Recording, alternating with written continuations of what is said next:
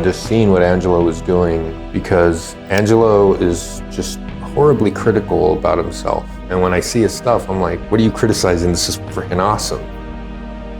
There's a hint of melancholy, because you might be bitching and complaining in the moment, but when you are, those are the times that you're gonna look back on and go, oh man, you remember when that? Yeah, I wouldn't want that not to happen. But I remember when I made my first film, I saw all the mistakes. I saw where it could have been better, or if I had more money, if I had more resources, it would have looked amazing, and I'm sure that's what he's thinking about. It's a long process for independent films like this. It takes years, and it's hard to keep the enthusiasm level up, and it beats you up. When things just go perfectly, it might be less fun.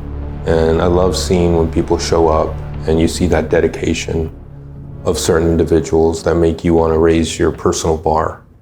To be like, man, if they're doing, I need to shut my mouth and go work on my stuff. And that's always been the thing that's pushed me, because I'm working on a comic book, Tribal Force, and it's one of those things where I run out of money, and if I run out of money, nothing happens, and we got to get creative. And there's times where I'm like, I can't do this anymore, and you just put it aside. But then you see something like Wasteland Cop happening, where they're not letting the money or excuses stop them. That's the most amazing thing I've ever seen.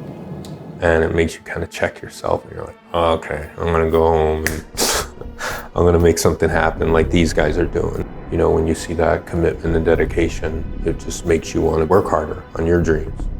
If there's not some arguments, if there's not some disagreements, if there's not some discomfort, I don't think that's filmmaking. Angelo's crazy costumes and characters and locations, and like I couldn't have done that. The Marshal cares for his people. And he's doing it with almost nothing. So that's impressive. It is his weakness. I just hope people have a good time watching the movie. I mean, we had a lot of limitations. Took care of the secondaries for you. Inlet seals are going to shit though. You need to stop running that alcohol. Why, so you can drink it? In the production of the movie, and it's a miracle that it got finished. I hope that they're entertained by it, that they don't think they wasted their time by watching it. It really is a undertaking that we went through. I'm hoping they're impressed, whether they know it was low budget or not. I hope they are truly entertained. I hope there's some originality that they take away with it. I hope that they're made to think a little bit about the possibilities of the subject matter. I hope they can identify with some of the characters and could see themselves in that weird situation. Maybe they would behave the same way.